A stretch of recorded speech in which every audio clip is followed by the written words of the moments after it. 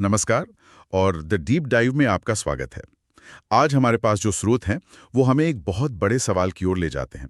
एक ऐसा सवाल जिसने पिछली 2 सदियों से दुनिया को बदल कर रख दिया है। सवाल ये है कि आखिर एक विचार लाखों लोगों को किसी नक्शे पर खींची एक लकीर के लिए मरने और मारने के लिए कैसे तैयार कर सकता है। ये राष्ट्र का विचार या आया कहाँ से और कैसे ये एक ही साथ आज़ादी दिलाने वाला और लाखों की जान लेने वाला दोनों बन गया। आज हम इसी कहानी की गहराई में उतरेंगे। हमारे स्रोत हमें 19वीं सदी के यूरोप में ले जाते हैं, जहां देशभक्ति और राष्ट्रवाद के ये विचार पैदा हुए। और ये सिर्फ इतिहास की बात नहीं है, ये हमारी अपनी पहचान को समझने की एक कोशिश है। तो चलिए इस गुत्थी को सुलझाते हैं कि हम भारतीय हैं, हम जर्मन हैं, ये महसूस करने की शुरुआत आखिर हुई कैसे। और इस कहानी को समझने के लिए सबसे पहले हमें उस दुनिया की तस्वीर बनानी होगी जो 19वीं सदी से पहले थी। आज जैसा यूरोप तो बिल्कुल नहीं था। वो अनगिनत छोटे बड़े राज्यों, रजवाड़ों और ताकतवर साम्राज्यों का एक चिथड़ा था, कह सकते हैं। आपकी पहचान क्या थी? आप शायद हैब्सबर्ग साम्राज्य की प्रजा थे या बोर्बन राजा के नौकर। आप किसी स्थानीय ड्यूक के प्रति वफादार थे। कोई ये नहीं कहता था कि मैं एक जर्मन हूँ। वो कहता था मैं प्रशिया का रहने वाला हूँ। पहचान जमीन से या शासक से जुड़ी थी, लोगों के समूह से नहीं। यानी राष्ट्र का मतलब था राजा और उसकी जायदाद, और जनता तो बस उस जायदाद का एक हिस्सा थी। तो फिर ये सब बदला कैसे? हमारे स्रोत एक तारीख और एक जगह पर उंगली रखते हैं, 1789, फ्रांसीसी क्रांति। लेकिन ये सिर्फ एक राजा के खिलाफ बगावत तो थी नहीं, है ना? बिल्कुल नहीं। ये विचारों का एक ज्वालामुखी था। स्वतंत्रता, समानता और बंधुत्व के नारे तो थे ही, लेकिन जो सबसे क्रांतिकारी, जो बुनियादी बदलाव आया, वो था संप्रभुता का, मतलब हुकूमत करने के हक का। इसे ऐसे समझिए, क्रांति से पहले देश एक परिवार की निजी जायदाद जैसा था। मालिक राजा थे और उनका कहा ही कानून था। क्रांति ने इस पूरी सोच को ही पलट दिया। उसने कहा नहीं, देश एक पब्लिक लिमिटेड कंपनी है और हर नागरिक उसका बराबर का शेयर होल्डर है। अच्छा। और अब देश के बड़े फैसले मालिक नहीं बल्कि सारे शेयर होल्डर मिलके लेंगे। ये तो बहुत बहुत बड़ा बदलाव है। रातों रात आपको बताया जा रहा है कि आप सिर्फ प्रजा नहीं बल्कि इस देश के हिस्सेदार हैं। देश आपसे है, किसी राजा से नहीं। जरा सोचिए उस आम इंसान के बारे में जिसने अपनी पूरी जिंदगी एक राजा के हुक्म पर गुजारी हो। उसके लिए सुनना कितना डरावना और साथ ही कितना रोमांचक रहा होगा। और इसी रोमांच ने एक सामूहिक पहचान को जन्म दिया। हम सब फ्रांसीसी नागरिक। हमारी एक भाषा है, हमारा एक झंडा है, हमारा एक राष्ट्रगान है और सबसे जरूरी, हमारी एक राजनीतिक इच्छा है। पहली बार राष्ट्र को लोगों के एक समूह के तौर पर परिभाषित किया गया, न कि किसी शासक के इलाके के तौर पर। फ्रांसीसी क्रांति ने एक तरह से दुनिया को एक ब्लूप्रिंट दिया कि एक आधुनिक राष्ट्र राज्य कैसा दिख सकता है। लेकिन एक विचार पेरिस की गलियों में पैदा होकर पूरे यूरोप तक कैसे पहुंच गया? विचार खुद तो चलकर जाते नहीं। और यही कहानी में एक ऐसा किरदार आता है जो विरोधाभासों से भरा हुआ है, नेपोलियन बोनापार्ट। हमारे स्रोत कहते हैं कि वो क्रांति का बेटा भी था और उसका हत्यारा भी। ये बात मुझे थोड़ी उलझन में डालती है। नेपोलियन ने तो खुद को सम्राट घोषित कर दिया था, जो क्रांति के आदर्शों के बिल्कुल खिलाफ था। तो फिर उसके काम से राष्ट्रवाद को कैसे बढ़ावा मिला? आपका सवाल बिल्कुल जायज है और यही नेपोलियन की कहानी को इतना दिलचस्प बनाता है। हाँ, ये सच है कि उसने लोकतंत्र को खत्म करके खुद की तानाशाही स्थापित की, लेकिन जब उसकी सेनाएं यूरोप के बाकी हिस्सों में गईं, इटली, जर्मनी, स्पेन, तो वो अपने साथ सिर्फ बंदूकें और तोपें नहीं ले गईं। वो अपने साथ फ्रांसीसी क्रांति के कुछ विचार भी ले गईं और उनमें सबसे ताकतवर था 1804 का नेपोलियन सिविल कोड। एक सिविल कोड मतलब कानूनों की एक किताब। ये तो किसी जंग जीतने से कम नाटकीय लगता है। इसने ऐसा क्या कर दिया? इसने वो किया जो शायद बड़ी बड़ी लड़ाइयां भी नहीं कर पाईं। इसने हजारों साल पुरानी सामंती व्यवस्था की कमर तोड़ दी। समझिए, उस कोड से पहले क्या था? आपका भविष्य आपके जन्म से तय होता था। अगर आप एक किसान के घर पैदा हुए हैं तो आप सारी जिंदगी एक जमींदार के गुलाम बनकर रहेंगे। उसे लगान देंगे, उसके खेतों में बेगारी करेंगे। आप सेना में बड़े अफसर या जज नहीं बन सकते थे, क्योंकि वो पद सिर्फ कुलीनों के लिए आरक्षित थे। बिल्कुल। नेपोलियन के कोड ने कहा ये सब खत्म। कानून की नजर में सब बराबर। सरकारी नौकरियां और पद योग्यता से मिलेंगे, जन्म से नहीं। इसने किसानों को जमींदारों की गुलामी से आजाद कर दिया।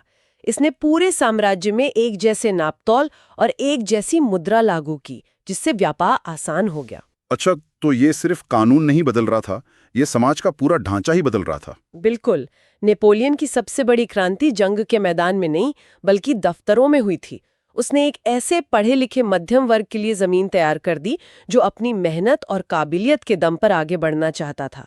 और यही वो वर्ग था जिसने बाद में अपने अपने राष्ट्रों की मांग की। नेपोलियन अनजाने में उन राष्ट्रों की नींव रख रहा था जिन्हें वो खुद जीतना चाहता था। उसने पुराने साम्राज्यों की लकीरें मिटाकर नए प्रशासनिक इलाके बनाए, जहां एक जैसा कानून था। हाँ, और इससे लोगों में पहली बार एक बड़ी साझा पहचान की भावना पनपी। तो फ्रांसीसी क्रांति ने विचार का बीज बोया और नेपोलियन की सेनाओं ने उस बीज को अनजाने में ही सही पूरे यूरोप में फैला दिया। लेकिन एक विचार सिर्फ विचार रहता है जब तक कोई उसे हकीकत न बना दे। और यहीं जर्मनी और इटली की कहानी सामने आती है, जो उस समय तक सिर्फ एक भौगोलिक कल्पना थे, कोई देश नहीं। सही कहा। जर्मनी और इटली दर्जनों छोटे छोटे राज्यों में बटे हुए थे। सबके अपने अपने राजा, अपनी अपनी सेनाएं और अपनी अपनी मुद्राएं थीं। लेकिन इन बिखरे हुए टुकड़ों को जोड़कर एक राष्ट्र बनाने के दो बहुत अलग रास्ते अपनाए गए। पहले जर्मनी की बात करते हैं। यहाँ एक ही आदमी था जिसके हाथ में कमान थी, प्रशिया का chancellor Otto von Bismarck. Bismarck और उसकी लौह और रक्त की नीति, ये सुनने में ही बड़ा क्रूर लगता है। इसका असली मतलब क्या था? बिस्मार्क एक यथार्थवादी नेता था। उसका मानना था कि जर्मनी भाषणों और वोटों से एक नहीं होगा। उसे लगता था कि एकता सिर्फ ताकत से हासिल की जा सकती है, प्रशिया की औद्योगिक ताकत और उसकी अनुशासित सेना की ताकत।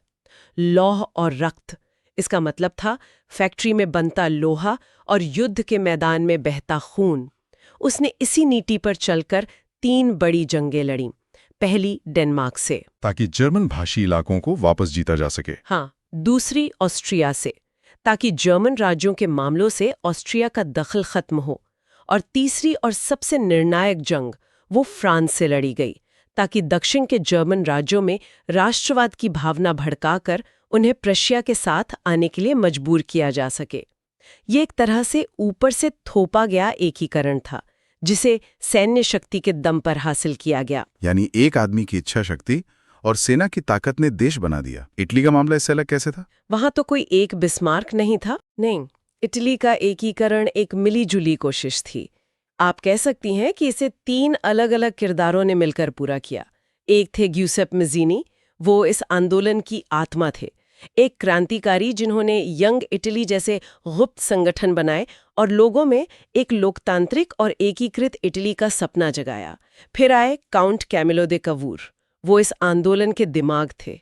एक चतुर प्रधानमंत्री जिन्होंने कूटनीति और विदेशी ताकतों के साथ समझौतों के जरिए उत्तरी इटली को एक किया। और तीसरे थे ग्यूसेप गैरिबाल्डी, वो इस आंदोलन की तलवार थे। एक करिश्माई और दिलेर फौजी नेता। उनकी कहानी तो किसी फिल्म जैसी है। उन्होंने सिर्फ 1000 रेड शर्ट्स यानी लाल कुर्ती पहने स्वयंसेवकों की एक छोटी सी सेना के साथ दक्षिणी इटली पर हमला कर दिया और उसे जीत लिया, जो उस समय एक बहुत बड़ी और ताकतवर सल्तनत मानी जाती थी। तो जहां जर्मनी का एकीकरण एक व्यक्ति की सोची समझी योजना का नतीजा था, वहीं इटली का एकीकरण एक क्रांतिकारी के जुनून, एक राजनेता की चतुराई और एक सैनिक की बहादुरी का संगम था। कमाल है, 2 अलग अलग रास्ते, लेकिन मंजिल एक ही, बिखरे हुए टुकड़ों से एक मजबूत राष्ट्र का निर्माण। ये तो राष्ट्रवाद की रचनात्मक शक्ति का सबसे बड़ा सबूत लगता है। इसने लोगों को एकजुट किया, उन्हें एक पहचान दी। हाँ, लेकिन कहानी का एक दूसरा स्याह पहलू भी है। राष्ट्रवाद का सबसे दुखद विरोधाभास यही है कि जिस विचार ने लोगों को साम्राज्यों की गुलामी से आजाद कराया, वही विचार अपने ही देश के अंदर नए तरह के दमन का हथियार बन गया। आप हम और वे वाली भावना की बात कर रही हैं। बिल्कुल। जब आप कहते हैं कि एक राष्ट्र एक साझा भाषा, एक साझा संस्कृति या एक साझा धर्म पर आधारित है, तो आप अनजाने में एक सीमा खींच देते हैं। अब सवाल उठता है कि उन लोगों का क्या होगा जो इस परिभाषा में फिट नहीं बैठते, जो दूसरी भाषा बोलते हैं या किसी और धर्म को मानते हैं। जर्मनी और इटली जैसे नए बने देशों में अक्सर यही हुआ। अल्पसंख्यकों को या तो मुख्यधारा में घुल-मिल जाने के लिए मजबूर किया गया या फिर उन्हें बाहरी और कम देशभक्त मानकर हाशिए पर धकेल दिया गया। और हमारे स्रोत बताते हैं कि ये समस्या सबसे विस्फोटक रूप में बाल्कन क्षेत्र में सामने आई। इस इलाके को यूरोप का बारूद का ढेर क्यों कहा जाता था? इसे समझने के लिए उस घर की कल्पना कीजिए जिसमें कई परिवार जबरदस्ती एक साथ रह रहे हैं। जब तक मकान मालिक यानी ऑटोमन साम्राज्य ताकतवर था, सब किसी तरह साथ रहते रहे। लेकिन 19वीं सदी में ये साम्राज्य बहुत कमजोर हो गया। अब घर के अंदर हर परिवार अपने लिए अलग कमरा ही नहीं, बल्कि सबसे अच्छा कमरा छीनने की कोशिश करने लगा। बाल्कन में यही हुआ। वहां स्लाव, ग्रीक, अल्बानियन, रोमानियन जैसे कई जातीय समूह थे। राष्ट्रवाद की हवा लगते ही हर समूह अपने लिए एक अलग देश की मांग करने लगा। सर्बिया सिर्फ सर्बियाई लोगों के लिए, बुल्गारिया सिर्फ बुल्गारियाई लोगों के लिए। तो ये आज़ादी की लड़ाई न होकर एक दूसरे पर वर्चस्व की लड़ाई बन गई। ठीक यही हुआ। ये राष्ट्रवाद उदारवादी नहीं बल्कि आक्रामक था। इन नए बने देशों में एक दूसरे के प्रति भयंकर ईर्ष्या और नफरत थी। हर कोई अपने पड़ोसी के इलाके हड़प कर एक ग्रेटर सर्बिया या ग्रेटर बुल्गारिया बनाना चाहता था। और बड़ी यूरोपीय ताकतें रूस, जर्मनी, ब्रिटेन वो भी इस आग में घी डाल रही थीं, क्योंकि वे सब इस क्षेत्र में अपना प्रभाव बढ़ाना चाहती थीं। इसने पूरे इलाके को एक टाइम बॉम्ब बना दिया। और यही बम आगे चलकर प्रथम विश्व युद्ध के रूप में फटा। ये कैसे हुआ? मेरा राष्ट्र सबसे महान है कि ये भावना इतने बड़े विनाश का कारण कैसे बन गई? अगर हम पूरी तस्वीर देखें तो 19वीं सदी के अंत तक राष्ट्रवाद का चरित्र पूरी तरह बदल चुका था। जो विचार कभी लोकतंत्र और आजादी का प्रतीक था, अब वो संकीर्ण, आक्रामक और नस्लीय हो चुका था। हर देश खुद को दूसरों से बेहतर साबित करने की होड़ में लग गया, और ये होड़ साम्राज्यवाद से जुड़ गई। राष्ट्र का गौरव इस बात से नापा जाने लगा कि एशिया और अफ्रीका में किसके पास ज्यादा उपनिवेश हैं।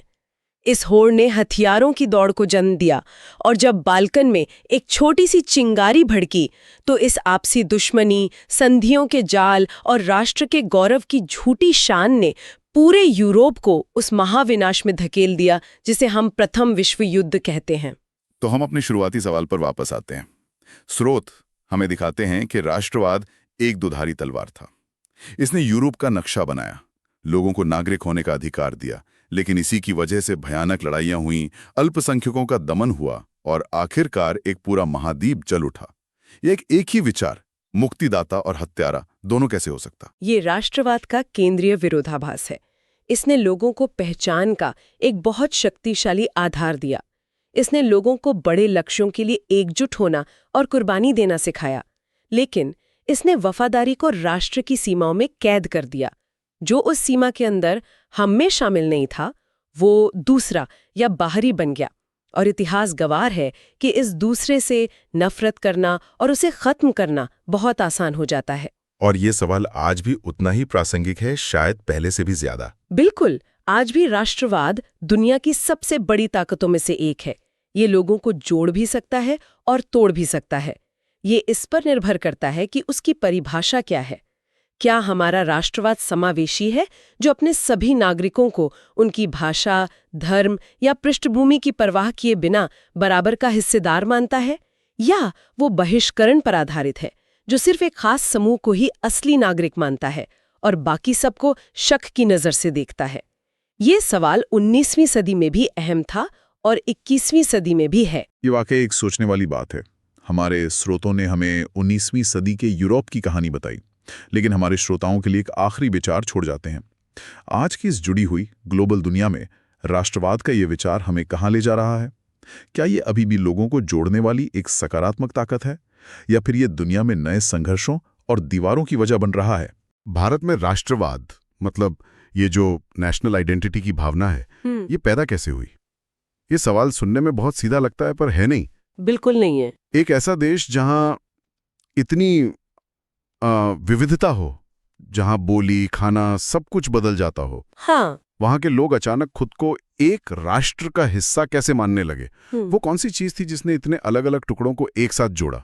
और हमारे आज के सोर्सेज इसी पर रोशनी डालते हैं, हम्म, क्योंकि ये कोई एक चीज नहीं थी, ये कई चीजों का मतलब एक मिक्सचर था। अच्छा। इसमें गुस्सा था, उम्मीद थी, साझा तकलीफें थीं और कुछ बहुत ही पावरफुल आइडियाज थे।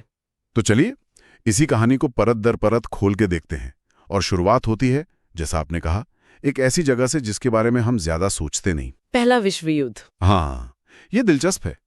एक लड़ाई जो यूरोप में लड़ी जा रही थी, उसने भारत के गांव में राष्ट्रवाद की आग कैसे भड़का दी। देखिए, सोर्सेज बताते हैं कि लड़ाई की वजह से ब्रिटिश सरकार का जो रक्षा खर्च था, हाँ, मतलब डिफेंस स्पेंडिंग, वो बहुत बढ़ गया था। हाँ, लगभग 5 गुना।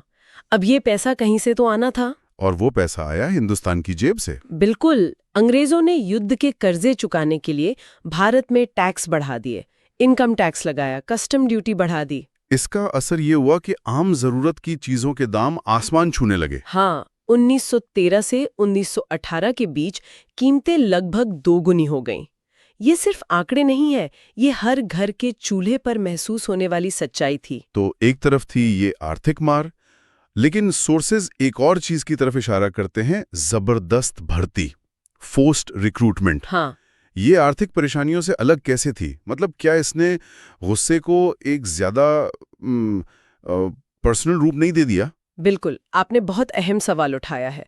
देखिए, महंगाई एक साझा दुश्मन थी, लेकिन वो भी एक हद तक इम्पर्सनल थी। ठीक है। पर जब अंग्रेज अफसर आपके गांव आकर आपके बेटे या भाई को जबरदस्ती उठाकर एक अनजान जंग में मरने के लिए ले जाएं, तो वो हमला सीधा आपके परिवार पर होता है। नौजवानों को लड़ने भेज दिया गया। कई तो कभी वापस ही नहीं आए। इस दर्द ने लोगों को ये एहसास दिलाया कि ब्रिटिश राज सिर्फ हमारा पैसा नहीं, हमारी जानें भी ले रहा है। और वो भी एक ऐसी लड़ाई के लिए जिससे हमारा कोई लेना देना ही नहीं था। तो इसी गुस्से और बेचैनी के माहौल में महात्मा गांधी एक नया आइडिया लेकर आते हैं, असहयोग, नॉन कोऑपरेशन। और ये अपने आप में एक क्रांतिकारी सोच थी। कैसे? इसने पूरे समीकरण को ही पलट दिया। अब तक आजादी की लड़ाई कुछ पढ़े लिखे एलिट्स तक सीमित थी, या फिर क्रांतिकारियों तक? हाँ, जो बम और पिस्तौल का रास्ता अपनाते थे। गांधी ने कहा, आपको हथियार उठाने की जरूरत ही नहीं है, आपकी असली ताकत है नौ कहने की क्षमता। मतलब वकील अदालत जाना बंद कर दें। छात्र सरकारी स्कूल छोड़ दें, लोग विदेशी कपड़े पहनना छोड़ दें। एक तरह से ये शक्तिहीन को शक्तिशाली बनाने का तरीका था। और इसी से जुड़ा है विदेशी चीजों का बहिष्कार। सोर्सेज में विदेशी कपड़ों की होली जलाने की तस्वीरें साफ दिखती हैं। पर क्या ये सिर्फ एक सिंबॉलिक प्रोटेस्ट था? नहीं, ये प्रतीक से कहीं ज्यादा था। ये ब्रिटिश अर्थव्यवस्था की जड़ों पर सीधा हमला था। अच्छा। लंकाशायर और मैनचेस्टर की जो कपड़ा मिलें थीं, हाँ, वो भारत से गए सस्ते कपास पर चलती थी। और फिर अपना महंगा कपड़ा भारत के ही बाजार में बेचती थी। बिल्कुल। हम्म। तो इस बाजार को नकारना मतलब उनकी इकोनॉमिक लाइफलाइन को काटना। और जब इसके साथ स्वदेशी का विचार जुड़ा, तो ये और भी ताकतवर हो गया। हाँ, स्वदेशी यानी अपने देश का। यहीं पर खादी और चरखे की भूमिका सामने आती है ना? सही पकड़ा। अगर बहिष्कार एक नेगेटिव एक्शन था, तो स्वदेशी उसका पॉजिटिव जवाब था। मतलब चरखा चलाना और खादी पहनना सिर्फ कपड़ा बनाना नहीं था, वो एक राजनीतिक बयान था, एक पॉलिटिकल स्टेटमेंट। हाँ, ये वर्दी पहनना अपने आप में एक सविनय अवज्ञा थी। आप अंग्रेजी मिल का कपड़ा नहीं पहन रहे, मतलब आप उनकी आर्थिक सत्ता को नकार रहे हैं। और आप हाथ से बना कपड़ा पहन रहे हैं, मतलब आप भारतीय आत्मनिर्भरता को अपना रहे हैं। एकदम। वो कपड़ा नहीं, वो एक चलता फिरता राजनीतिक घोषणा पत्र था। बिना कुछ बोले आप सब कुछ कह रहे थे। तो सरकार से सहयोग न करना एक बात हुई, बट क्या होता है जब सरकार आपकी बात ही ना सुने, वो आपके विरोध को नजरअंदाज कर दे? तब आपको एक कदम आगे बढ़ाना पड़ता है। और वो अगला कदम था सविनय अवज्ञा, सिविल डिसोबीडियंस। हाँ, जिसका मतलब था कि अब हम सिर्फ सहयोग करने से मना नहीं करेंगे, बल्कि हम जानबूझकर आपके अन्यायपूर्ण कानूनों को तोड़ेंगे। ये तो टकराव का सीधा निमंत्रण था। बिल्कुल। ये कहना था कि हम आपके कानून को ही नहीं मानते और हम इसका नतीजा भुगतने को तैयार है। और इस सीधी चुनौती का सबसे बड़ा प्रतीक बना नमक। नमक। दांडी यात्रा की कहानी हम सब ने सुनी है, लेकिन मुझे ये समझना है कि हजारों मुद्दों में से गांधी ने नमक को ही क्यों चुना? इतनी मामूली सी चीज में इतनी ताकत कहां से आई? ये गांधी की जीनियस थी। उन्होंने एक ऐसा मुद्दा उठाया जिससे देश का हर इंसान जुड़ सकता था, अमीर हो या गरीब, हिंदू हो या मुसलमान, उत्तर भारतीय हो या दक्षिण भारतीय। नमक तो सबकी थाली में होता है। और अंग्रेजों ने नमक बनाने पर सरकार की मोनोपोली कर रखी थी और उस पर भारी टैक्स लगा दिया था। हाँ, ये एक तरह से हवा और पानी पर टैक्स लगाने जैसा था। तो ये सिर्फ पैसे की बात नहीं थी, नहीं, ये स्वाभिमान की बात थी। नमक समुद्र देता है, जमीन देती है, उस पर कोई सरकार टैक्स कैसे लगा सकती है? इस कानून को तोड़कर गांधी ने एक बहुत गहरा संदेश दिया। उन्होंने कहा कि इस देश के संसाधनों पर पहला हक यहाँ की जनता का है, किसी विदेशी सरकार का नहीं। और जब उन्होंने दांडी के तट पर मुट्ठी भर नमक उठाकर कानून तोड़ा तो उन्होंने ब्रिटिश साम्राज्य के नैतिक अधिकार पर ही सवाल खड़ा कर दिया। बिल्कुल। उन्होंने पूछा, क्या ऐसा शासन वैध है जो लोगों से उनकी सबसे बुनियादी जरूरत भी छीन ले? और इस एक घटना ने पूरे देश में जैसे एक चिंगारी लगा दी। सोर्सेज बताते हैं कि देश के हर कोने में लोगों ने नमक कानून तोड़ा। हाँ, लेकिन यहाँ एक सवाल उठता है।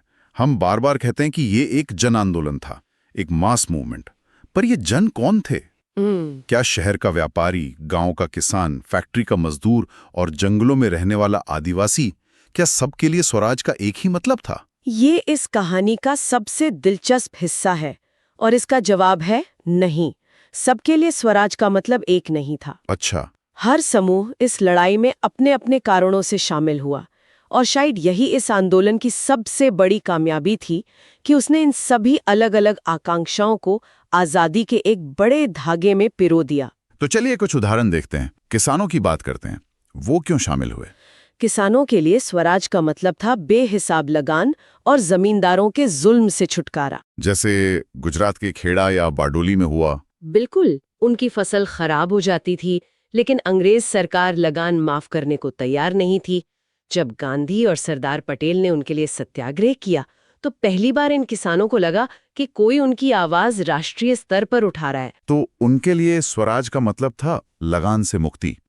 राष्ट्रवाद कोई हवाई विचार नहीं था। नहीं, उनके लिए वो एक बहुत ही ठोस जमीनी मुद्दा बन गया। और शहरों में जो बिजनेस कम्युनिटी थी, व्यापारी वर्ग, उनकी क्या भूमिका थी? वो भी अंग्रेजों के आर्थिक नीतियों से परेशान थे। अंग्रेज अपनी कंपनियों को फायदा पहुंचाते थे और भारतीय व्यापारियों पर तरह तरह की पाबंदियां लगाते थे। तो वो एक ऐसा स्वराज चाहते थे जहां व्यापार करने की आजादी हो। सही बात है, जहां विदेशी सामान से कोई अनफेयर कंपटीशन ना हो। इसीलिए उन्होंने आंदोलन को आर्थिक मदद दी और विदेशी सामान के बहिष्कार में बढ़ चढ़कर हिस्सा लिया। एक और समूह जिसकी भागीदारी ने सबको चौंका दिया, वो थी महिलाएं। हाँ, ये तो अपने आप में एक सामाजिक क्रांति थी, क्योंकि तब तक महिलाओं की जगह घर की चारदीवारी में मानी जाती थी। और हजारों महिलाएं, जिनमें से कई कभी घर से अकेले बाहर नहीं निकली थी, वो जुलूसों में शामिल हुईं। उन्होंने नमक बनाया, दुकानों पर धरने दिए और बड़ी संख्या में जेल गईं। तो उनकी भागीदारी सिर्फ ब्रिटिश राज के खिलाफ नहीं थी। नहीं, ये उस सामाजिक व्यवस्था के खिलाफ भी एक विद्रोह था जो उन्हें पीछे रखती थी। उनकी मौजूदगी ने आंदोलन को एक ऐसी नैतिक ताकत दी जिसका सामना करना अंग्रेजों के लिए बहुत मुश्किल हो गया। और आदिवासी समुदायों का क्या? उनकी लड़ाई तो शायद सबसे अलग थी। हाँ, उनकी लड़ाई अपने अस्तित्व को बचाने की थी। अंग्रेजों ने नए वन कानून बनाकर जंगलों पर उनके पारंपरिक अधिकारों को छीन लिया था। वो जंगल में अपने मवेशी नहीं चरा सकते थे, लकड़ी नहीं ले सकते थे। हाँ, ये उनकी पूरी जीवन शैली पर हमला था। आंध्र प्रदेश की गुडेम पहाड़ियों में अल्लूरी सीताराम राजू के नेतृत्व में जो विद्रोह हुआ, वो इसी का नतीजा था। तो उनके लिए स्वराज का मतलब था अपने जल, जंगल और जमीन पर अपना हक वापस पाना। बिल्कुल। तो जब हम इन सब कहानियों को एक साथ रखते हैं तो एक बड़ी तस्वीर उभरती है।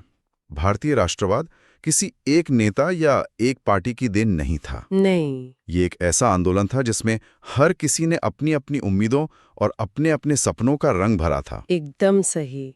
ये ऊपर से थोपा गया विचार नहीं था, बल्कि नीचे से लोगों के साझा अनुभवों और संघर्षों से उपजा था। अंग्रेजी राज ने अनजाने में ही एक काम कर दिया था। हाँ, उसने पूरे भारत को एक साझा दुश्मन और एक साझा दर्द दे दिया था, और इसी साझा दर्द से एक साझा पहचान ने जन्म लिया।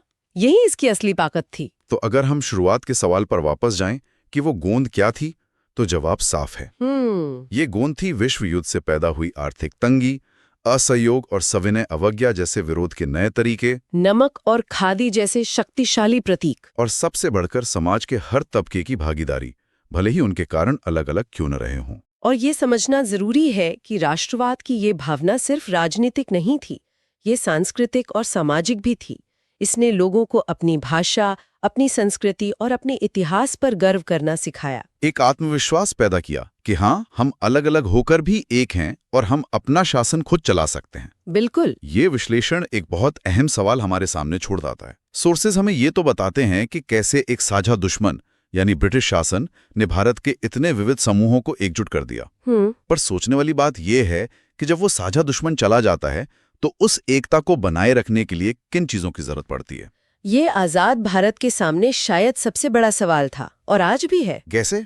जब बाहरी दुश्मन चला जाता है तो क्या अंदर के मतभेद जो आजादी की लड़ाई के दौरान पीछे छूट गए थे वो उस एकता को चुनौती नहीं देते? तो फिर वो कौन से नए प्रतीक और लक्ष्य होते हैं जो करोड़ों लोगों को पीढ़ी दर पीढ़ी एक साथ जोड़े रखते हैं? हाँ, एक राष्ट्र को सिर्फ बनाया नहीं जाता, उसे हर दिन हर पल बनाए रखना पड़ता है।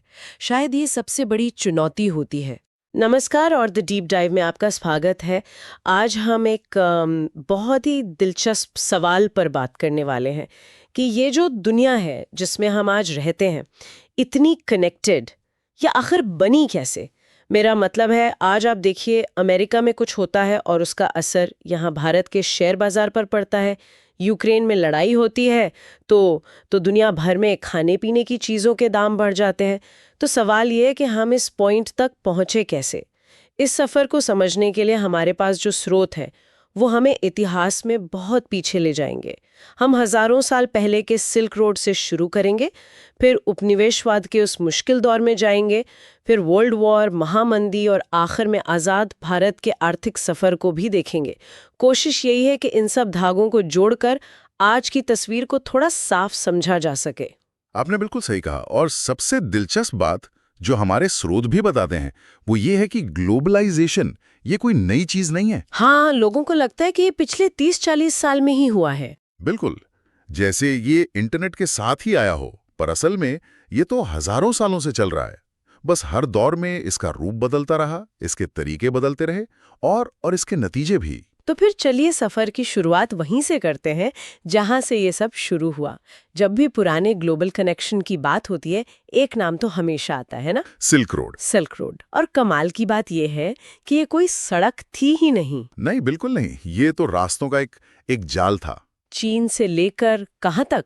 भूमध्य सागर तक। हाँ, मेडिटेरेनियन तक। और कह सकते हैं कि ये दुनिया का पहला वर्ल्ड वाइड वेब था। बिना तारों वाला। बिल्कुल, बिना तारों वाला, बस कारवां थे।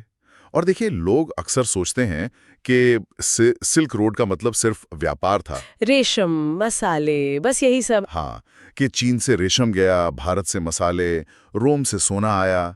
ये सच है, पर ये तो कहानी का एक बहुत छोटा सा हिस्सा है। असली खेल तो उन चीजों का था जिन्हें आप छू नहीं सकते। आइडियाज इसी रास्ते से फैला। हाँ, इसी सिल्क रोड से होता हुआ सेंट्रल एशिया, फिर चीन, जापान तक पहुंच गया। पर एक और कहानी है हाँ। जो हैरान करती है। हाँ। कागज बनाने की तकनीक। अच्छा, ये सदियों तक चीन का एक टॉप सीक्रेट था। तो ये बाहर कैसे आई? एक लड़ाई की वजह से। हाँ। 751 ईस्वी में चीन और अरब साम्राज्य के बीच एक जंग हुई। अरबों ने कुछ चीनी सैनिकों को बंदी बना लिया और उन्हीं में कुछ कारीगर थे जो कागज बनाना जानते थे। अरे वाह! बस वहीं से ये सीक्रेट लीक हो गया। हाँ। तकनीक अरब दुनिया में पहुंची और फिर वहां से यूरोप। मतलब ये सिर्फ व्यापार नहीं, बल्कि उस जमाने की इंडस्ट्रियल जासूसी का भी रास्ता था। एक तरह से हाँ। तो सिल्क रोड एक टू वे स्ट्रीट थी जहां ज्ञान और संस्कृति दोनों तरफ बह रहे थे। लेकिन फिर इतिहास में एक ऐसा दौर आया जहां ये टू वे स्ट्रीट एक वन वे स्ट्रीट बन गई। मेरा इशारा है यूरोप के उदय और उपनिवेशवाद की तरफ। ये कनेक्शन का एक बिल्कुल ही अलग और बहुत क्रूर दौर था। आपने क्रूर शब्द का इस्तेमाल किया और ये बिल्कुल सही है। सिल्क रोड का जो मॉडल था वो साझेदारी पर था। उसमें भी शायद ऊंच नीच रही होगी, लेकिन उपनिवेशवाद का मॉडल तो वो पूरी तरह से शोषण पर आधारित था। कोई बराबरी नहीं थी। बराबरी का तो सवाल ही नहीं था। यूरोपीय ताकतों ने एक ऐसी व्यवस्था बनाई जिसका सेंटर वो खुद थे और बाकी पूरी दुनिया सिर्फ उनकी जरूरतें पूरी करने का एक जरिया थी। हमारे स्रोत भी इस पर जोर देते हैं, खासतौर पर दो चीजों पर। एक तो ये कि उपनिवेशों को कच्चे माल का गोदाम बना दिया गया। भारत से कपास, अफ्रीका से रबर, लैटिन अमेरिका से गन्ना, सब यूरोप की फैक्ट्रियों में ज्यादा था। जी। अपने देश के लिए ज्यादा से ज्यादा सोना चांदी जमा करो, चाहे जैसे भी हो। दूसरों का शोषण करके भी। हाँ, उपनिवेशों को सिर्फ कच्चा माल बेचने की इजाजत थी और बना हुआ सामान वो उन्हें यूरोप से ही खरीदना पड़ता था, महंगे दामों पर। तो उनका अपना विकास तो कभी हो ही नहीं पाया होगा। बिल्कुल नहीं, उनका औद्योगिक विकास रोक दिया गया था। लेकिन एक तर्क ये भी आता है कि उपनिवेशवाद की वजह से भारत जैसे देशों में रेलवे आई, डाक व्यवस्था बनी, तो क्या ये एक सकारात्मक नतीजा नहीं था? हमारे स्रोत इस पर क्या कहते हैं? ये एक बहुत जरूरी सवाल है और स्रोत साफ बताते हैं कि ये ढांचे बनाए तो गए, लेकिन उनका मकसद भारत का विकास करना नहीं था। रेलवे लाइनें क्यों बिछाई गई? ताकि बंदरगाहों को देश के अंदरूनी हिस्सों से जोड़ा जा सके, कच्चा माल आसानी से जहाजों तक पहुंचे और सेना भी तेजी से पहुंच सके। सही पकड़ा आपने, ताकि किसी विद्रोह को जल्दी से कुचला जा सके। वो रेलवे नेटवर्क आम भारतीयों के लिए नहीं, बल्कि ब्रिटेन के अपने फायदे के लिए था। समझ गए। मतलब जो विकास ऊपर से दिख रहा था वो असल में शोषण के सिस्टम को और मजबूत करने का एक तरीका था, और यही एक तरफा जुड़ाव आखिरकार 20वीं सदी में एक बड़े धमाके में बदल गया। 2 विश्व युद्ध और एक महामंदी। ऐसा लगता है जैसे दुनिया ने अपना रीसेट बटन दबा दिया हो। एक तरह से हाँ। प्रथम विश्व युद्ध ने तो पुराने साम्राज्यों को ये खत्म कर दिया, लेकिन आर्थिक तौर पर जो सबसे बड़ा झटका था वो थी 1929 की महामंदी, ग्रेट डिप्रेशन। हाँ, वो अमेरिका के वॉल स्ट्रीट से शुरू हुई और एक सुनामी की तरह पूरी दुनिया पर छा गई। इसका असर कितना गहरा था हम सुनते तो हैं, पर असल में क्या हुआ था? इसका मतलब था कि दुनिया का व्यापार लगभग ठप हो गया था। हमारे स्रोत एक आंकड़ा देते हैं, 1929 से 1932 के बीच सिर्फ 3 साल में ग्लोबल ट्रेड में 65% की गिरावट आई। 65%? हाँ, अमेरिका में बेरोजगारी 25% तक पहुंच गई, यानी हर 4 में से 1 व्यक्ति के पास काम नहीं था। और देशों ने क्या किया? सबने खुद को बचाने के लिए दरवाजे बंद कर लिए। दूसरे देशों के सामान पर भारी टैक्स लगा दिया, जिसे संरक्षणवाद कहते हैं। इससे तो हालात और बिगड़ गए होंगे। बहुत ज्यादा। ये एक ऐसा चक्र बन गया जिसमें सब डूब रहे थे, कोई किसी की मदद नहीं कर रहा था। तो इस तबाही से दुनिया ने कोई सबक भी सीखा या सब ऐसे ही चलता रहा? नहीं, 2 बहुत बड़े सबक सीखे गए हैं। पहला कि बाजार को हमेशा अपने हाल पर नहीं छोड़ सकते। जब संकट आता है तो सरकार को दखल देना पड़ता है, अर्थव्यवस्था को बचाना पड़ता है। अच्छा, यहीं से कल्याणकारी राज्य की सोच आई होगी। बिल्कुल। और दूसरा और शायद सबसे जरूरी सबक ये था कि अगर देश मिलकर काम नहीं करेंगे तो सब डूबेंगे। इसी सोच से दूसरे विश्व युद्ध के बाद ब्रेटन वुड्स समझौता हुआ, जिससे IMF और वर्ल्ड बैंक बने। जी, ताकि एक स्थिर वैश्विक आर्थिक व्यवस्था बनाई जा सके और 1929 जैसी तबाही दोबारा ना हो। तो ये वही संस्थाएं हैं जिन्होंने बाद में भारत जैसे देशों को अपनी अर्थव्यवस्था खोलने के लिए भी कहा। चलिए अब कहानी का रुख भारत की तरफ मोड़ते हैं। 1947 में आजादी के बाद हमारा रास्ता तो बिल्कुल अलग था। बिल्कुल अलग। आजाद भारत के नेताओं के लिए उपनिवेशवाद का अनुभव बहुत ताजा था, इसलिए उनका पूरा जोर आत्मनिर्भरता पर था कि हम किसी पर निर्भर नहीं रहेंगे। हाँ, सोच यही थी कि हम अपनी जरूरत की हर चीज खुद बनाएंगे, सुई से लेकर जहाज तक। और इसी सोच से लाइसेंस राज जैसी व्यवस्था बनी। हर चीज के लिए सरकार की इजाजत जरूरी थी। और विदेशी कंपनियों के लिए तो दरवाजे लगभग बंद ही थे। हाँ, उनके लिए भारत में काम करना बहुत मुश्किल था। ये मॉडल कई साल चला, फिर 1991 में अचानक सब कुछ बदल गया। भारत ने अपनी अर्थव्यवस्था के दरवाजे खोल दिए। इतना बड़ा बदलाव क्यों हुआ? देखिए, ये कोई अचानक लिया गया फैसला नहीं था, ये एक मजबूरी का नतीजा था। 1990 तक आते आते भारत की आर्थिक हालत बहुत खराब हो चुकी थी। कितनी खराब? इतनी कि हमारे पास विदेशी मुद्रा का भंडार लगभग खत्म हो गया था। सिर्फ 3 हफ्तों के आयात का बिल चुकाने लायक पैसे बचे थे। हालात इतने बुरे थे कि भारत को अपना सोना बैंक ऑफ इंग्लैंड के पास गिरवी रखना पड़ा कर्ज लेने के लिए। बाप रे, मतलब देश दिवालिया होने की कगार पर था। आप सही समझी।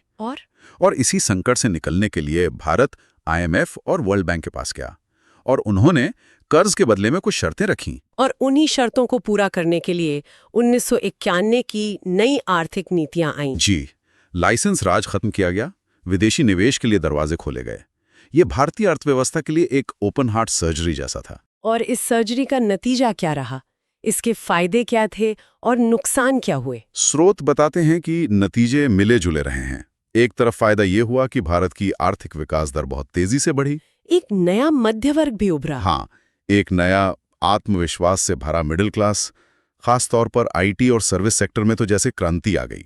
आज जो हम डिजिटल इंडिया की बात करते हैं। उसकी नींव उसी दौर में रखी गई थी। लेकिन इसका एक दूसरा पहलू भी है, वो क्या? वो ये कि इसका फायदा सबको बराबर नहीं मिला।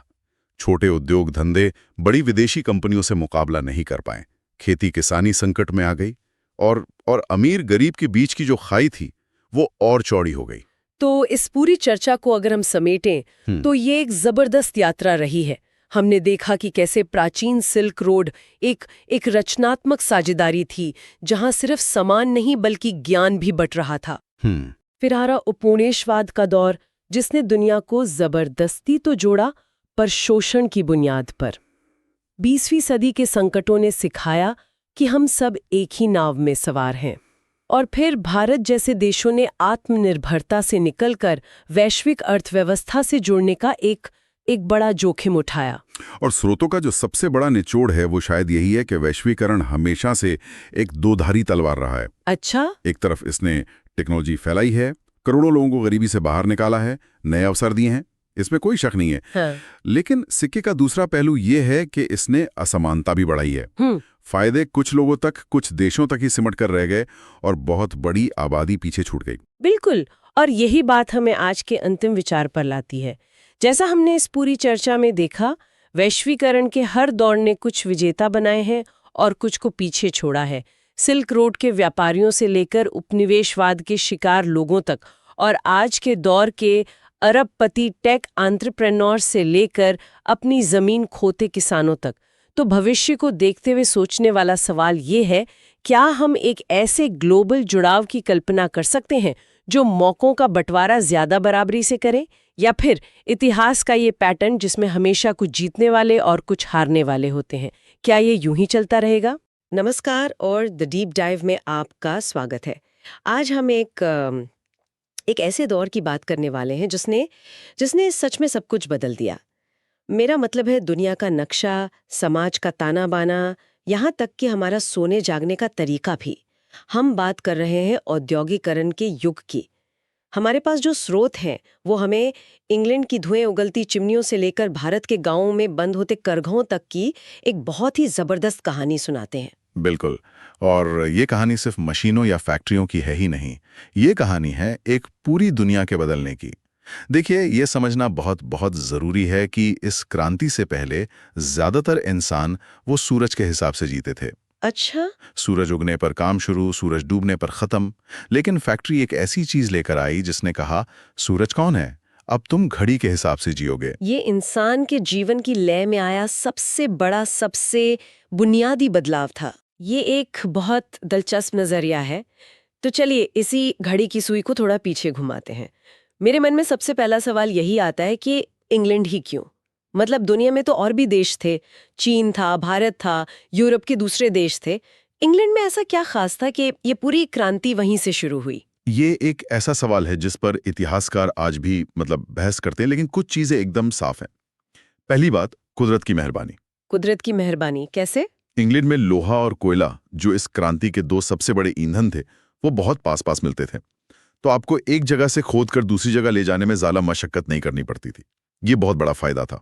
दूसरी वजह थी पैसा और राजनीतिक स्थिरता। हाँ। बाकी यूरोप जहां लड़ाइयों में उलझा हुआ था, वहीं इंग्लैंड अपेक्षाकृत शांत था। और अपनी कॉलोनीज से पैसा आ रहा था। बिल्कुल, खासकर भारत से वो बेहिसाब दौलत खींच रहा था, जिसे वो इन नए आविष्कारों में लगा सकता था। और आविष्कार, यहीं से जो असली कहानी शुरू होती है। अक्सर हम इसे ऐसे देखते हैं कि किसी ने एक मशीन बनाई, फिर दूसरी, और बस तरक्की हो गई। लेकिन हमारे स्रोत एक ज्यादा उलझी हुई तस्वीर दिखाते हैं। हाँ, और उस दौर की सबसे बड़ी विडंबना शायद यही थी कि हर समाधान एक तरह से एक नई समस्या खड़ी कर रहा था। अच्छा, जैसे मान लीजिए किसी ने धागा काटने की एक तेज मशीन बना ली, जिसे स्पिनिंग जेनी कहते हैं। अब नतीजा, फैक्ट्रियों में धागे के पहाड़ लग गए। मतलब जरूरत से ज्यादा धागा हो गया। हाँ, इतना धागा तो बन गया, लेकिन उसे बुनकर कपड़ा बनाने वाले हाथ कम पड़ गए, क्योंकि वो अभी भी पुरानी रफ्तार से काम कर रहे थे। तो अब आपको एक ऐसी मशीन चाहिए जो उस धागे को तेजी से बुन सके। बिल्कुल, तो फिर पावर लूम का आविष्कार हुआ। अब आपके पास कपड़ा बहुत तेजी से बनने लगा। लेकिन अब इन मशीनों को चलाने के लिए ताकत चाहिए होगी। सही पकड़ी आपने। इन सब मशीनों को चलाने के लिए आपको और ज्यादा ताकत चाहिए। तो जेम्स वॉट ने स्टीम इंजन को बेहतर बनाया। कहने का मतलब ये है कि ये कोई सोचा समझा प्लान नहीं था। ये तरक्की नहीं बल्कि एक तरह की मजबूरी थी जो एक एक करके पूरी इंडस्ट्री को आगे धकेल रही थी। हर आविष्कार अपने पीछे खाली जगह छोड़ जाता था, जिसे भरने के लिए एक नया आविष्कार जन्म लेता था। और इन सभी आविष्कारों को, इन सभी मजबूरियों को एक छत के नीचे लाने का नतीजा थी फैक्ट्रियां। ये सिर्फ ईंट गारे की इमारतें नहीं थीं, ये अपने आप में एक नया विचार थी, है ना, जहां इंसान, मशीन और वक्त को एक साथ एक लाइन में खड़ा कर दिया गया। और इसने काम करने का मतलब ही बदल दिया। सोचिए, एक कारीगर जो अपने घर पर काम करता था, वो अपनी मर्जी का मालिक था। हाँ, अपनी रफ्तार से काम करता होगा। बिल्कुल, अपनी रफ्तार से काम करता था, बीच में आराम करता था, अपने औजारों का इस्तेमाल करता था। लेकिन फैक्ट्री में आते ही उसकी ये आजादी छिन गई। अब वो खुद एक मशीन का पुर्जा बन गया था। काम की रफ्तार मशीन तय करती थी, मालिक का सायरन दिन की शुरुआत और अंत तय करता था। इंसान की जिंदगी से उसका नियंत्रण एक तरह से छिन गया था। और इस नियंत्रण के बदले में मिला क्या? उत्पादन में एक ऐसा जबरदस्त उछाल जिसकी किसी ने कल्पना भी नहीं की थी। जो चीजें पहले सिर्फ अमीर लोग खरीद सकते थे, वो अब आम लोगों की पहुंच में आने लगी थीं। इसने बाजारों का चेहरा ही बदल दिया। चेहरा ही नहीं, उसका आकार भी बदल दिया। अब इंग्लैंड सिर्फ अपने लिए सामान नहीं बना रहा था, वो दुनिया का कारखाना बन गया था। मैनचेस्टर में बना सस्ता कपड़ा दुनिया के हर कोने में पहुंच रहा था। ये आर्थिक ताकत का एक ऐसा प्रदर्शन था जो पहले कभी कभी नहीं देखा गया था। लेकिन इस औद्योगिक चमक के पीछे एक बहुत ही स्याह हकीकत छुपी थी। जब हम इन विशाल फैक्ट्रियों और बढ़ते उत्पादन की बात करते हैं, तो हम अक्सर उन लोगों को भूल जाते हैं जो इन मशीनों को चला रहे थे। इस क्रांति की असल कीमत कौन चुका रहा था? इसकी कीमत चुका रहा था वो नया वर्ग जो इसी क्रांति की देन था, मजदूर वर्ग। ये वो लोग थे जो गांवों में अपनी जमीनें खोकर या काम न मिलने पर शहरों की तरफ भागे थे। उनके पास अपनी मेहनत बेचने के अलावा कोई चारा नहीं था। फैक्ट्रियों में उनसे दिन में 15-16 घंटे काम लिया जाता था। 15-16 घंटे? हाँ, हफ्ते में कोई छुट्टी नहीं, और मजदूरी बस इतनी कि मुश्किल से जिंदा रह सकें। ये सोचना भी डरावना है। और स्रोतों में जो बच्चों से काम करवाने का जिक्र है, वो तो दिल दहला देता है। बताया गया है कि कैसे छोटी छोटी अंधेरी जगहों में चलती हुई खतरनाक मशीनों के नीचे घुसकर बच्चों से सफाई करवाई जाती थी, क्योंकि उनका शरीर छोटा होता था। जिन हाथों को कलम या खिलौने पकड़ने चाहिए थे, वो मशीनों के पुर्जे साफ कर रहे थे। ये विकास की कैसी कीमत थी? ये एक आम मानवीय कीमत थी, और इसका असर सिर्फ फैक्ट्री के अंदर तक सीमित नहीं था। इन मजदूरों के रहने की जगहें, जिन्हें स्लम्स कहा जाता था, वो गंदगी, बीमारी और भीड़-भाड़ का नर्क थीं। हाँ, मैंने पढ़ा है कि एक एक कमरे में 10-10 लोग रहते थे। बिल्कुल, साफ पानी नहीं, सफाई नहीं। इसने एक ऐसे समाज को जन्म दिया जो पहले कभी नहीं था। एक तरफ मुट्ठी भर बेहद अमीर फैक्ट्री मालिक, और दूसरी तरफ करोड़ों की तादाद में बेहद गरीब मजदूर। इस खाई ने आने वाली सदियों की राजनीति और समाज को तय कर दिया। तो जाहिर है इस शोषण के खिलाफ आवाजें भी उठी होंगी। लोगों ने इसका विरोध तो किया होगा। बिल्कुल, यही से ट्रेड यूनियन आंदोलन की शुरुआत होती है। मजदूरों ने समझा कि अकेले उनकी कोई नहीं सुनेगा, इसलिए उन्होंने संगठित होना शुरू किया। हड़तालें हुई, प्रदर्शन हुए, और कई बार मालिकों और सरकार ने उनका हिंसक तरीके से दमन भी किया। आज हम काम के 8 घंटे, हफ्ते की छुट्टी या न्यूनतम मजदूरी जैसे जिन अधिकारों को बहुत सामान्य मानकर चलते हैं, उनकी नींव इसी दौर के संघर्षों पर रखी गई है। हाँ, इसी दौर के मजदूरों के लंबे और खूनी संघर्षों पर रखी गई है। ये एक जरूरी याद दिलाने वाली बात है। और जब इंग्लैंड इस उथल-पुथल से गुजर रहा था और अपने कारखानों के लिए कच्चे माल और नए बाजारों की तलाश कर रहा था, तो उसकी नजर सबसे पहले कहाँ पड़ी? जाहिर है भारत पर। लेकिन जब दुनिया के कारखाने से माल भारत पहुंच रहा था, तो यहाँ की अपनी कहानी क्या शक्लें ले रही थी? भारत की कहानी बहुत ज्यादा जटिल है और विरोधाभासी भी। यहाँ औद्योगिकरण अपने आप नहीं हो रहा था, ये एक औपनिवेशिक सरकार की देखरेख में हो रहा था। हाँ, ये एक बहुत बड़ा फर्क है। बहुत बड़ा। और उस सरकार का सिर्फ एक मकसद था, ब्रिटेन को फायदा पहुंचाना। भारत का भला करना उसकी लिस्ट में कहीं नहीं था। इसलिए यहाँ जो भी हुआ उसे इसी चश्मे से देखना होगा। ये थोड़ा अजीब लगता है ना, कि जिस देश का कपड़ा, जिसका मलमल और कैलेको सदियों से पूरी दुनिया में मशहूर था, उसे अपनी पहली आधुनिक फैक्ट्री भी कपड़े की ही लगानी पड़ी। ऐसा क्यों हुआ? क्या हम पहले से जो कर रहे थे उसे ही बड़े पैमाने पे नहीं कर सकते थे? यही तो औपनिवेशिक अर्थशास्त्र का सबसे बड़ा खेल था। अंग्रेजों को भारत के पारंपरिक तरीकों को बढ़ाने में कोई दिलचस्पी नहीं थी। उन्हें एक ऐसा सिस्टम चाहिए था जिसे वो कंट्रोल कर सकें। अच्छा। इसलिए बम्बई और कलकत्ता में कपास और जूट की बड़ी बड़ी मिलें लगीं जो मैनचेस्टर के मॉडल पर आधारित थीं। इनका मकसद था भारत के कपास को यहीं प्रोसेस करके या तो वापस इंग्लैंड भेजना या फिर चीन जैसे बाजारों में बेचना। लेकिन इसी मुश्किल दौर में जब ज्यादातर फैसले लंदन में लिए जा रहे थे, कुछ भारतीयों ने अपना रास्ता बनाने की हिम्मत दिखाई। हम टाटा और बिरला जैसे नामों के बारे में सुनते हैं। ये कैसे संभव हो पाया? ये भारतीय उद्यमशीलता और एक हद तक आर्थिक राष्ट्रवाद की एक शानदार मिसाल है।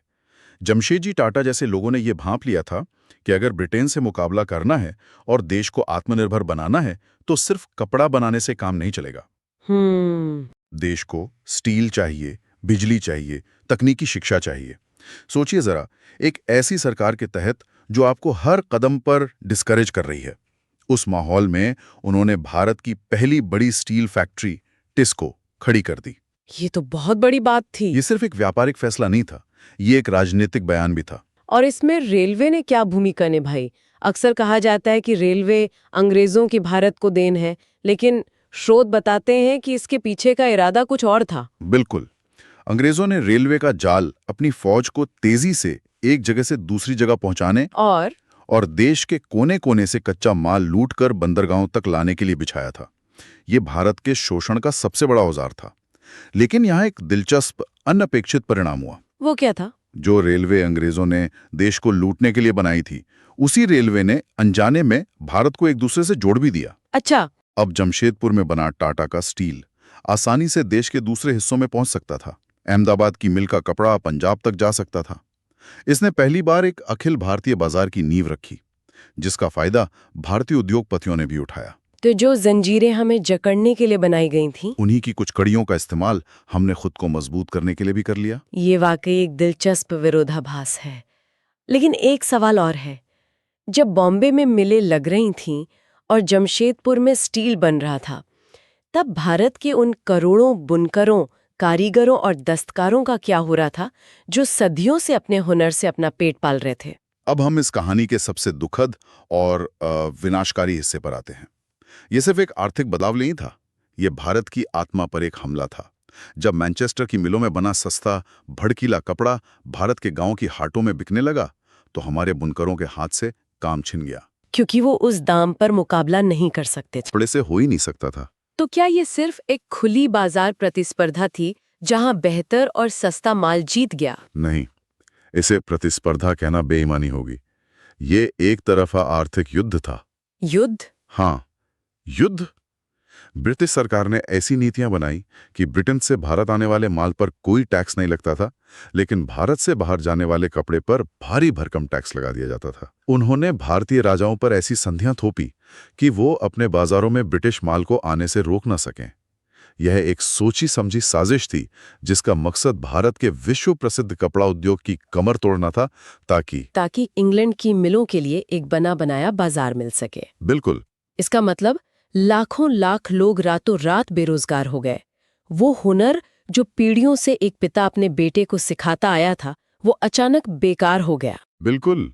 और ये सिर्फ बुनकरों की कहानी नहीं थी। लोहार, बढ़ई, कुम्हार, हर पारंपरिक उद्योग पर इसकी मार पड़ी।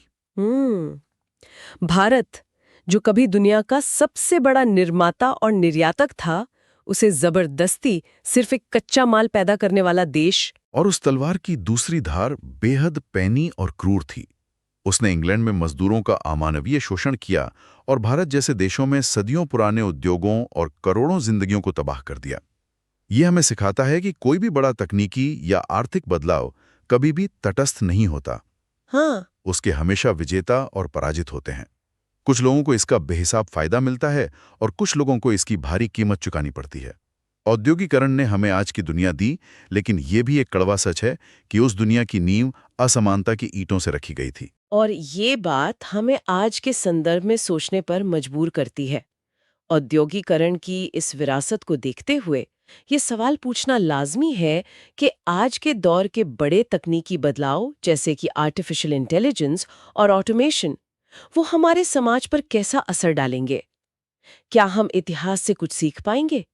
क्या हम ये सुनिश्चित कर सकते हैं कि इस नई क्रांति का फायदा कुछ लोगों तक सीमित न रह जाए और इसकी कीमत सबसे कमजोर लोगों को न चुकानी पड़े? ये एक ऐसा सवाल है जिसका जवाब भविष्य देगा, लेकिन जिसकी तैयारी हमें आज ही करनी होगी।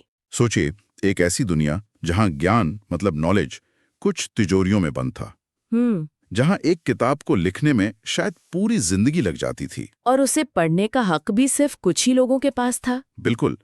फिर एक आविष्कार होता है, और वो भी कोई बहुत बड़ा आविष्कार नहीं, एक तरह का जुगाड़ जो इस पूरी की पूरी व्यवस्था को हमेशा के लिए बदल देता है। हाँ, आज हम उसी कहानी की गहराइयों में उतर रहे हैं, प्रिंटिंग की कहानी। हमारे पास जो स्रोत हैं वो हमें बताते हैं कि ये सिर्फ कागज पर स्याही छापने की तकनीक नहीं थी, ये एक सामाजिक, एक राजनीतिक धमाका था जिसका असर आज तक हमारी दुनिया पर है। और ये कहानी इसलिए इतनी दिलचस्प है क्योंकि ये हमें दिखाती है कि कैसे एक टेक्नोलॉजी मतलब एक तकनीक समाज को बदल देती है। ये सिर्फ गुटेनबर्ग की मशीन की कहानी नहीं है, ये असल में विचारों के आजाद होने की कहानी है। जब जानकारी कुछ हाथों से निकलकर लाखों लोगों तक पहुंचती है तो सत्ता के समीकरण बदल जाते हैं। सही बात है। समाज की पुरानी मान्यताएं हिल जाती हैं और एक नई दुनिया की नींव रखी जाती है। तो चलिए शुरू से शुरू करते हैं, 15वीं सदी जर्मनी से। Iohannis Gutenberg. हाँ, योहानेस गुटेनबर्ग। अब देखिए, ज्यादातर लोग उनका नाम प्रिंटिंग प्रेस से जोड़ते हैं, लेकिन स्रोतों में जो बात मुझे सबसे हैरान कर गई वो था उनका असली कमाल। अच्छा? वो कोई बहुत बड़ा सैद्धांतिक आविष्कार नहीं था, बल्कि एक शानदार जुगाड़ था। बिल्कुल सही शब्द है, जुगाड़। गुटेनबर्ग ने दो बिल्कुल अलग अलग चीजों को एक साथ जोड़ दिया। हाँ। एक तरफ थे धातु के छोटे छोटे अक्षर, मतलब मूवेबल टाइप, जिन्हें आप अपनी मर्जी से किसी भी शब्द या वाक्य में ढाल सकते थे। ठीक है। और दूसरी तरफ थी अंगूर से रस निकालने वाली मशीन, वाइन प्रेस। अच्छा। हाँ, उन्होंने इन दोनों को मिला दिया। ये सोचना ही कितना कमाल का है कि जिस मशीन से शराब बनती थी उसी से ज्ञान की नदी बहने लगी। और इसका नतीजा क्या हुआ? मतलब पहले एक किताब की नकल बनाने में एक माहिर लेखक को महीनों लग जाते थे, शायद साल लग जाते थे। और गुटेनबर्ग की मशीन वो एक दिन में सैकड़ों पन्ने छाप सकती थी। हाँ, और ये सिर्फ रफ्तार का फर्क नहीं था, ये पैमाने का फर्क था। आप इसे ऐसे समझिए जैसे हाथ से एक खत लिखने और उसे ईमेल से लाखों लोगों को एक साथ भेजने के बीच का जो अंतर है। वाह! और इसी ने मेरे ख्याल है ज्ञान पर कुछ लोगों के एकाधिकार को तोड़ा होगा। बिल्कुल। उस वक्त तक क्या था कि चर्च और शाही दरबार ही ये तय करते थे कि कौन सी किताब लिखी जाएगी और कौन उसे पढ़ेगा। मतलब ज्ञान पर पूरा कंट्रोल था। पूरा कंट्रोल था। प्रिंटिंग प्रेस ने इस कंट्रोल को तोड़ दिया। पहली बार ऐसा हो रहा था कि एक आम इंसान भी वो किताबें और विचार पढ़ सकता था जो पहले सिर्फ राजाओं या बड़े पादरियों के लिए उपलब्ध थे। तो यहीं से वो जो भारी भरकम शब्द है सूचना का लोकतंत्रीकरण, उसकी शुरुआत हुई। हाँ बिल्कुल, सूचना का लोकतंत्रीकरण। अगर इसे आसान भाषा में समझें तो इसका मतलब है कि ज्ञान अब किसी की निजी जागीर नहीं रहा, बल्कि एक पब्लिक पार्क जैसा बन गया जहां कोई भी आ जा सकता था। बहुत अच्छा उदाहरण है। और जैसे ही लोग इस पार्क में आने लगे उन्होंने सवाल पूछना शुरू कर दिया।